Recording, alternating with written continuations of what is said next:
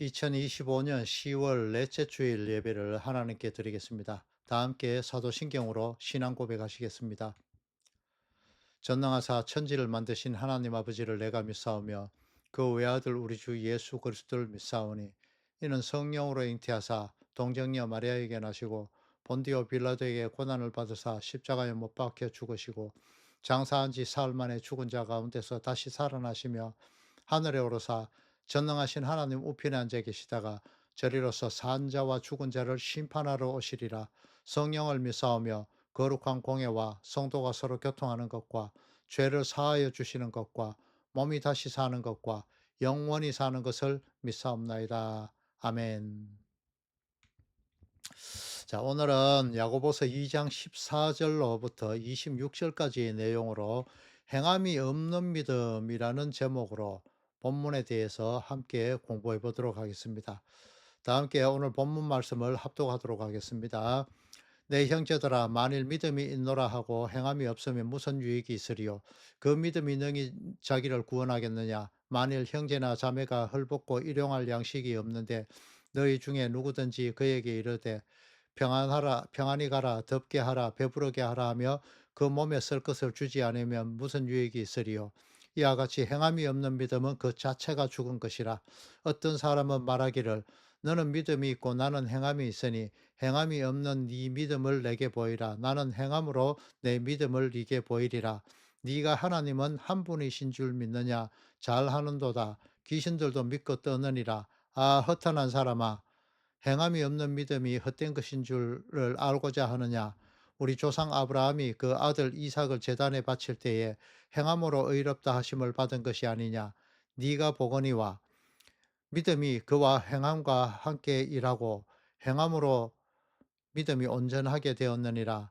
이에 성경에 이른바 아브라함이 하나님을 믿으니 그것을 의로 여기셨다는 말씀이 이루어졌고 그는 하나님의 벗이라 칭함을 받았으나 이로 보건대 사람이 행함으로 의롭다 하심을 받고 믿음으로만은 아니니라.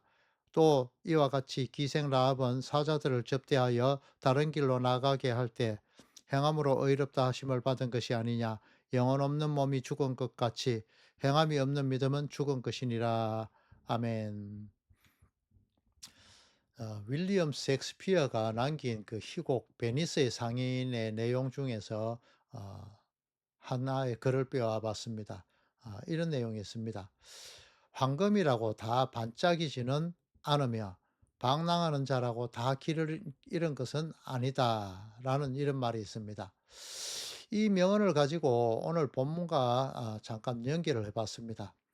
성도라고 일컬어지는 사람이 다 성도가 아니다.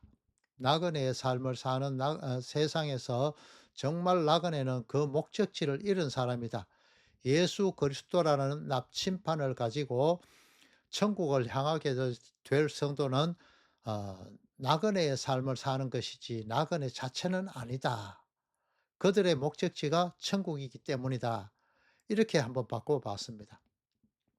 자, 성도라는 존재는 하나님으로부터 주어지게 되는 그 선물인 믿음으로 인해서 스스로 드러내고 스스로로 드러내지 않고 그 인간적인 그런 스스로의 행위적인 문제가 아니라 성도 안에 계신 하나님의 그 행위가 성도의 행위로 나타나게 드러나게 되는 것입니다. 그것을 그리스도 하나님과의 연합 하나됨 천국의 삶이라고 그렇게 하는 것입니다. 성도 안에서 다시 말해서 성전에 계신 하나님으로부터 발로 되어지는 그 행위가 성도로부터 자연스럽게 흘러져 나오게 되는 것이 바로 행위인 것입니다. 뭐 금덩어리는 아무리 이렇게 보자기에 쌓아 놓는다 해도 그 금의 빛이 그 보자기를 뚫고 나오게 마련이죠. 정말 오늘 본문이 그러한 내용을 말하는 것인지를 한 절 한 절 풀어가면서 함께 공부해 보도록 하겠습니다. 어 야고보서 2장 14 절부터 17 절의 내용을 보면서 한번 보겠습니다. 14절 내용을 보면은 어 하나님께서 하나님의 택하신 백성들에게 주시는 선물인 믿음이 주어지지 않는 사람에게서 나오는 행위는 결국 악한 행위일 수밖에 없다라고 이렇게 보여주고 있습니다. 하나님의 생기가 닿기 전까지는 그냥 흙의 존재일 뿐인 그런 것이 인간의 존재이죠. 이 하나님의 생기가 닿기 전까지는 그냥 먼지가 풀풀 나는 그런 마른 뼈, 에스겔서에 이런 것들이 나오지요. 이런 존재일 뿐인 우리 사람들이 하나님으로부터 어 받게 된 그런 생기가 닿아지게 되자 그제서야 하나님의 군대가 되었고 아담이 되어서, 그러니까 흙으로 빚어진 사람, 그것을 아담이라 하죠. 아담이 되어서 움직이게 되었다는 그런 성경의 기록과 정확히 일치되는 것입니다. 하나님의 생기, 하나님께서 행하게 하시는 그 선물인 믿음이 주어지기 전에는 죽은 존재였다는 것을 말씀해 주고 있는 것입니다. 하나님의 그 구원의 계획은 한 사람에게 집중되어 있지는 절대로 않습니다. 절대로 그렇게 되어 있지 않습니다. 구원은 하나님의 택하신 백성을 한 사람 한 사람 부르시지만 결국 그리스도를 머리로 하고 성도들이 각각 그 지체를 이루는 그런 택하신 백성들 전체가 구원되는 그런 구원의 메커니즘이라는 것을 잊으시면 안 됩니다. 나와 하나님만 있는 천국이 있다? 그것은 다리 이 다 잘린 불구의 몸, 그런 미완성적인 천국이 된다는 것이잖아요.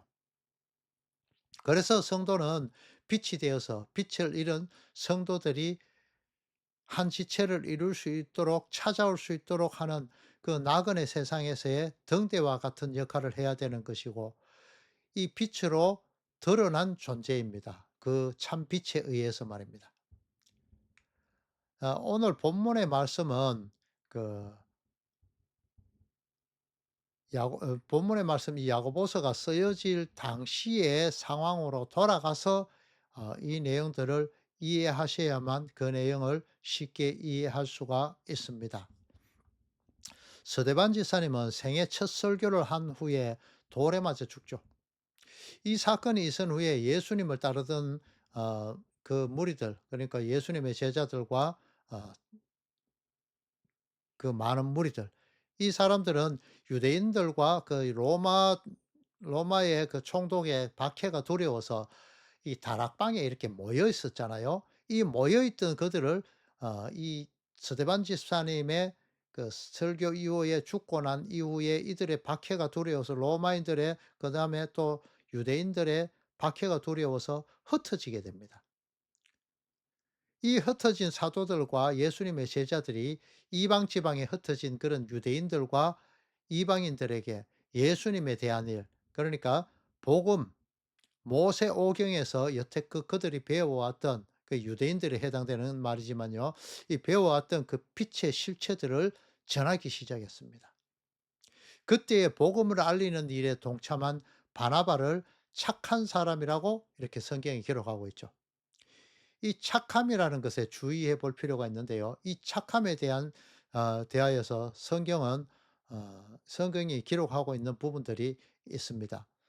자, 베드로와 요한이 예루살렘 성전에 갔을 때 미문에 앉아 있는 안전뱅이를 발견하게 됩니다. 그는 자신이 이 세상에서 자신을 위해서 살아갈 방책으로 생각하는 금과 은을 구하였습니다.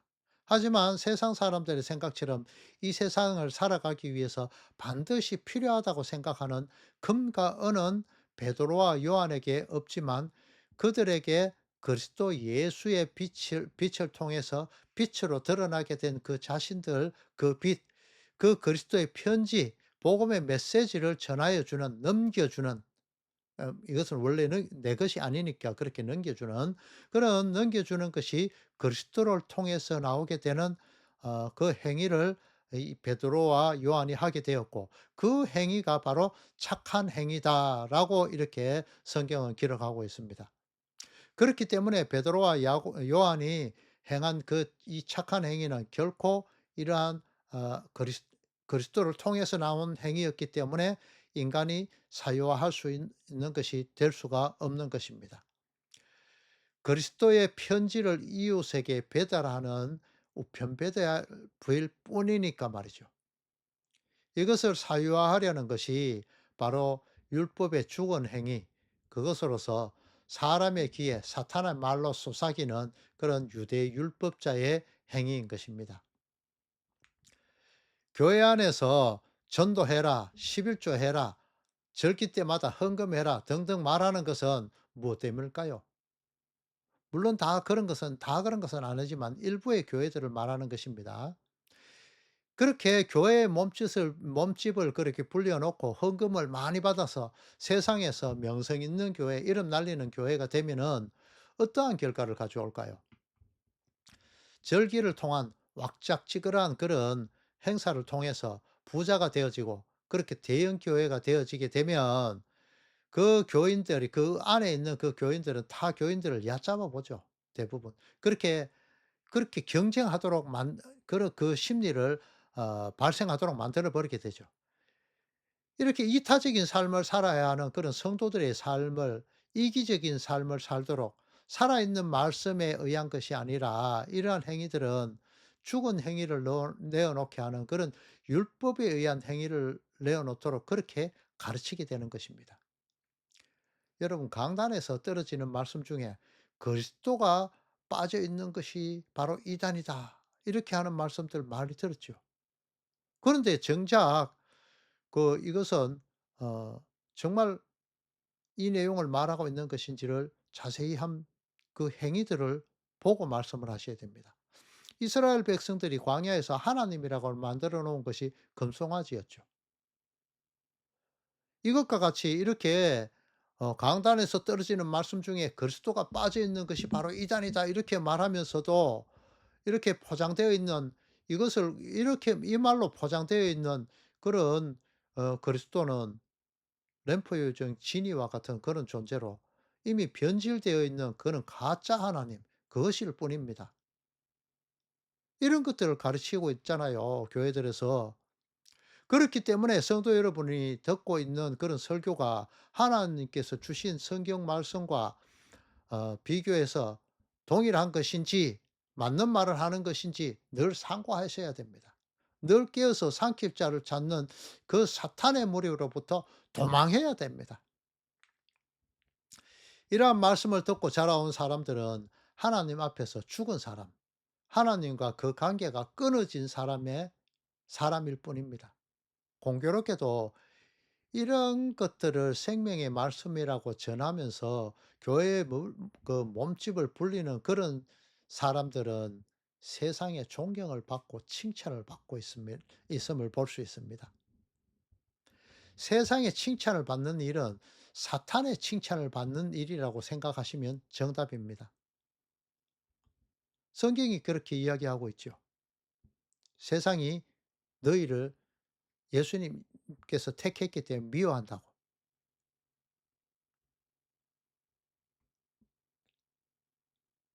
교회가 이웃에게 착한 일을 행하고 저 교회는 본받을 만하다고 불교가 칭찬하고 천주교가 칭찬하는 그 교회가 정말 옳은 교회일까요? 여러분은 빛과 소금이라고 성경이 말하고 있죠. 그 소금이 뿌려지기면 뿌려지게 되면 어떻게 되죠? 미꾸라지에 뿌려지면 따갑고 고통을 느끼게 되죠. 이것이 정상입니다. 성도에게 소금이 뿌려지게 되면 고통스럽고 따가워야 됩니다. 왜? 내 더러운 행위가 드러나고 내 악이 드러났기 때문에 이 밝은 빛을 피하고 싫어해야 정상인 것입니다. 그 소금의 통을 벗어나기를 원하는 거죠. 그래서 요한복음 15장 19절을 통해서 예수님께서 말씀해 주시잖아요. 빛에 속하게 되면 예수님에게 속하게 되면 세상이 너희를 미워한다라고 말하잖아요. 참된 말씀, 살아계신 하나님의 말씀이 성도 여러분의 마음밭에 떨어지게 되면은 가시밭의 그 가시, 이 가시는 세상을 향한 나의 탐욕을 말하는 것입니다. 결국 나를 찌르는 그 가시를 말하는 거죠. 이 가시밭의 가시, 이것이 제거되어지는 고통, 돌짝밭에 돌이 옮겨져야 되는 그 고통, 내가 가지고 오자 하는 이 탐욕들이죠. 그리고 여러분이 스스로 천국 가는 길이라고 정의해 놓은 그 배워 왔던 그 율법에 의한 행위들로 드러나는 그것들요. 이런 것들을 하시면서 성도가 세상적인 눈을 가지고 스스로를 보호하려고 방어 기제들로 마련해 놓은 그 돌들과 가시들과 나만의 길들이 부수어지고 쪼개어져 버리는 그런 새 창조, 재창조의 작업, 착한 일을 하나님께서 직접 하시기 때문에 성도들은 아프고 쓰립니다. 그래서 참된 그 설교를 들을 때에 귀에 달콤한 것이 아니라 깨어지고 부수어지는, 찢어지는 아픔이 있게 되는 것입니다. 이러한 새 창조를 위해서 하나님께서 준비하신 진노의 그릇과 긍휼의 그릇이 있음을 성경을 통해서 볼 수 있습니다. 긍휼의 그릇에게만 그 착한 일, 그리스도의 복음이 들려지게 됩니다. 내 양만 내 목소리를 들을 수 있다고 요한복음 10 장에 말씀하시죠. 자, 빌립보서 1장 6 절을 보면요. 그 착한 일을 시작하는 이는 하나님이시며 마지막 심판까지 그 착한 일, 구원의 일은 반드시 하나님께서 직접 완성해 주실 것이라는 그런 메시지를 주고 있습니다. 이 착한 일, 착한 행위가 나타나게 되는 사람은 바로 산자이며, 이 착한 행위가 없는 자는 죽은 자라는 것으로서 본문 2장 26 절에 그렇게 결론되어지는 것을 볼 수 있습니다. 말씀을 정리하겠습니다. 안식할 수 없는 그 비진리의 말씀을 넘겨주게 되면은 평 넘겨주면서 "평안하라. 덥게 하라. 배부르게 하라."라고 그런 말로밖에 할 수 없는 그런 그 행위는 죽은 행위이고, 살아 있고 운동력이 있어 좌우의 날이선 검이 되어서 세상으로부터 성도들의 탐욕의 눈을 떼도록 하시는, 살아 움직이는 그런 하나님의 말씀인 성령의 건강은 비교가 될 수가 없는 것입니다. 오늘 본문은 야고보서의 비유로 등장한 인물이 바로 어 아브라함이 나오죠. 이 아브라함이 이삭을 바칠 때에 행함으로 의롭다 하심을 받았다라고 이렇게 기록하고 있습니다. 하나님의 명령을 받고 출 메소포타미아를 하면서부터 줄곧 아브라함은 자기 자신만을 챙겨왔습니다. 하나님을 의지 않고 자신 스스로만 살고자 했던 그 마음에서 아내를 두 번이나 팔아먹었던 그 아브라함은 이제 온전히 하나님을 의지하고 죽은 자 가운데서 다시 살리실 줄을, 아들을 살리실 줄을 믿는 그 하나님만을 바라보고 그분만을 믿고 행하는, 살아있는 행위를 놓을 수 있는 그런 성도로 완전히 성령의 검을 통해서 성령의 검으로 다듬으셨다는 것입니다. 또 몸을 파는 그 기생 라합에게 하나님의 음성이 들려지자 그 기생 라합은 하나님의 사람들을 대접해서 그들과 연합되는 것이죠. 이것이 하나됨, 한 육체가 되는 걸 의미하는 것입니다. 이렇게 하나님의 사람들을 대접하여서 살게 하시는 그런 하나님으로부터 나오는 그런 살아있는 행위가 자신에게 나오게 되자 빛으로 드러나게 되어지고 그리스도의 족보에, 그 조상에 기록되게 되죠. 자, 성도 여러분, 나의 열심으로 봉사하고 나의 열심으로 헌금하며 성경 말씀을 조문들로만, 그는 지켜야 될 조문들로만 보고 그것을 지키려는 그런 신앙에 머물러서는 안 됩니다. 그 말씀 속에 있는 하나님의 진짜 메시지, 편지의 내용들을 발견하셔야 됩니다. 하나님의 깊은 뜻을 읽어내셔야만 합니다. 에베소서 5장 14 절의 말씀처럼 하나님으로부터 끊어진 상태, 율법에 의해서 그 사망의 잠을 자는 그런 성도들을 향해서 이 말씀이 주어지는 것입니다. 그리스도의 빛이 빛이어도 그것이 빛인 줄 알질 못하는 자가 되지 말고 이제 그 빛을 빛으로 알아보고 살아있는 말씀임을 알아듣고 그 부르심을 알아듣고 이제 죽은 자로서 하던 그 행위들로부터 벗어나서 그 율법 지킴의 그 행위로부터 벗어나서 그리스도의 빛을 통하여서 빛으로 다시 발견되어져서 하나님의 빛을 비추는 자가 되는 그 삶을 회복하셔야 되는 것입니다. 이제 성도로서 버리셔야 할 것에 대해서 한 가지만 더 말씀드리고 말씀을 마치겠습니다. 우리들은 날마다 이렇게 하나님보다 앞장서서 가면서 '하나님은 분명히 나를 도와주실 거야.' 아니, 반드시 나를 도와주셔야만 해. 그래야 그렇게 성공한 나를 보고 많은 사람들이 교회로 오잖아? 그게 하나님의 영광 나타내는 것 아니야? 내가 행하는 그 행위는 성경에 기록된 대로 행하는 다 선한 행위야. 또 내가 믿음으로 행하고 믿음으로 구하고 그렇게 행했으니까 내가 하는 것은 다 선한 행위이고 내 앞길은 그것 때문에 다 만세 형통할 거야. 왜? 예수님의 이름으로 구했기 때문에 성경 말씀을 통해서 구했기 때문에 말이야. 이렇게 하면서 내가 가는 길을 하나님의 뜻으로 착각하면서 하나님을 램프의 요정 진이 부르짖듯이 그 죽은 행위에서 벗어나야 되는 것입니다. 이것이 바로 죽은 행위입니다. 내가 앞서는 그 행위가 죽어 있는 행위라는 것이죠. 하나님의 예정과 작정 이런 것들은 온데간데 없어지는 것이죠. 나의 삶, 나의 평안한 미래를 위해서 내 가족, 내 자녀 그것이 나의 확장이죠. 이러한 나의 울타리 속은 늘 평안해야 한다는 그런 것이 아니라 이런 것이 믿음이라고 착각하는 그런 헛된 망상에 살고 있지는 않습니까? 하나님의 예정과 전혀 상관없이 말입니다.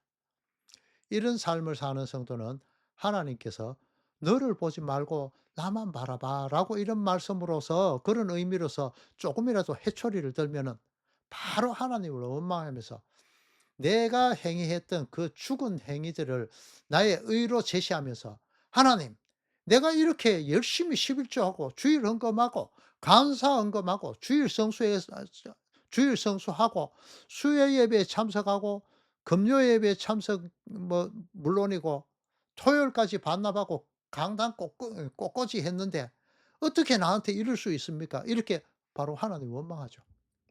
뭐 "암에 걸렸다." 뭐 이런 거 있잖아요. 이럴 때 말이죠. 나는 아니야. 나는 잘 가고 있어. 신앙생활 잘하고 있어. 라는 생각을 하시지 마시고 바울 사도의 고백처럼 날마다 나를 쳐서 날마다 다시 나는 죽어야만 다시 그리스도의 빛을 받아서 부활하게 되는 것입니다. 우리가 아침이면 잠을 깨서 일어나서 하루를 살고 저녁을 저녁에 또 잠을 자게 되죠. 자, 이것을 잘 생각해 보시면요. 구원의 메커니즘을 깨달을 수 있습니다. 우리가 아침에 일어나면 저녁에 자기 전에 "하나님, 나의 삶이 잘못된 것을 용서해 주십시오." 기도하는 부분. 이 회개의 기도가 있기 때문에 아침에 일어나지게 되는 거죠. 이것이 새 창조에 의한 것입니다. 부활에 대한 것입니다. 저녁에 죽는 거요? 자는 거요? 잠은 죽음을 이야기하는 거죠. 잠자는 것은요. 우리가 하루를 살면서 많은 죄를 행하잖아요. 그 죄를 통하여 죽는 것을 이야기하는 것입니다. 바로 이 구원의 메커니즘을 담고 있는 것이 우리의 하루 일상인 것입니다. 성도 여러분, 이렇게 하루하루를 사시는 그 삶의 모습처럼 이제 온전하게 내 중심적인 행위적인 가짜 신앙으로부터 벗어나서 자유케 하시는 그리스도의 도에 복종하게 하시는 그리스도를 인하여서 살아있는 행위가 나오게 되는 진짜 신앙생활 하시는 성도님들로 거듭나게 되시기를 그리스도 대신 예수님의 이름으로 축원합니다. 주님 가르치신 기도로 예배를 마치겠습니다. 하늘에 계신 우리 아버지여, 이름이 거룩히 여김을 받으시오며 나라가 임하시오며 뜻이 하늘에서 이루어진 것 같이 땅에서도 이루어지이다. 오늘 우리에게 일용할 양식을 주시옵고 우리가 우리에게 죄 지은 자를 사하여 준 것 같이 우리 죄를 사하여 주시옵고 우리를 시험에 들게 하지 마시옵고 다만 악에서 구하시옵소서. 나라와 권세와 영광이 아버지께 영원히 있사옵나이다. 아멘.